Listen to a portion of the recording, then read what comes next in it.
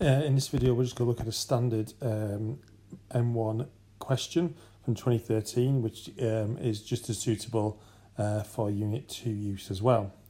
In this case, we're going to find the mass of the lift given lots of other information, the mass of the person, the acceleration, the direction, and the tension of the cable.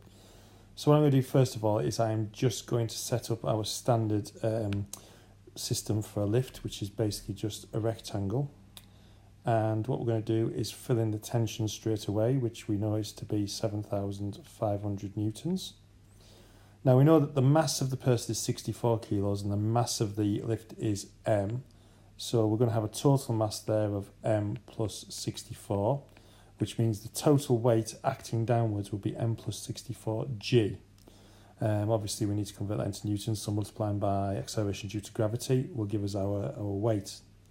Now the acceleration is downwards, so it's accelerating downwards with an acceleration of 0.425 ms to the minus 2. Now all we can do here really is apply F equals ma, and I think we'll get one equation with one unknown, which will be m.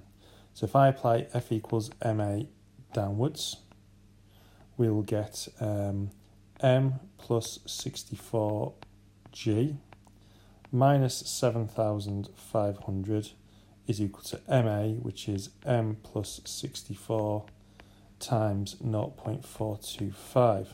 Now a little point to note here, in many exam questions that I've seen in the past answered this way, when it comes to the ma, people still write m plus 64g.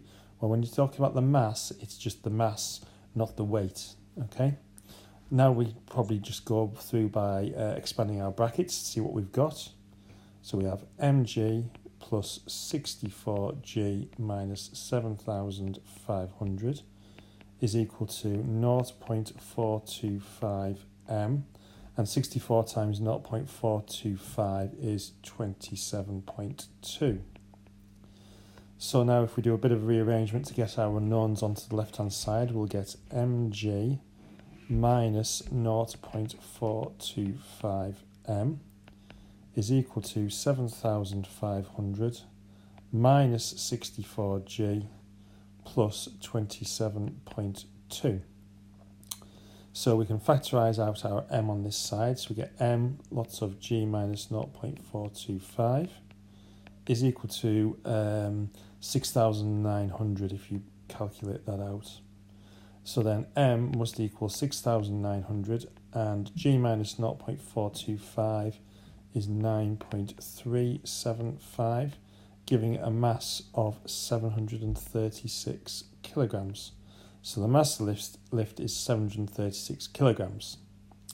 Now it also wants you to find the reaction of the lift floor on the person. So if we now look at the lift floor as a separate situation with the person stood on the lift floor, we know the person weighs 64 kilograms, so that'll be 64g. The lift will react back dependent on the acceleration, and we know it's accelerating downwards with an acceleration of 0.425 ms to the minus 2. Now from our previous videos, we would expect the reaction of the lift floor on the person to be less, we're in that mg minus ma, than the weight of the person. So if I apply F equals ma in the direction of motion, which is downwards, we get 64g minus r is equal to ma, which is 64 lots of 0.425, which is like that.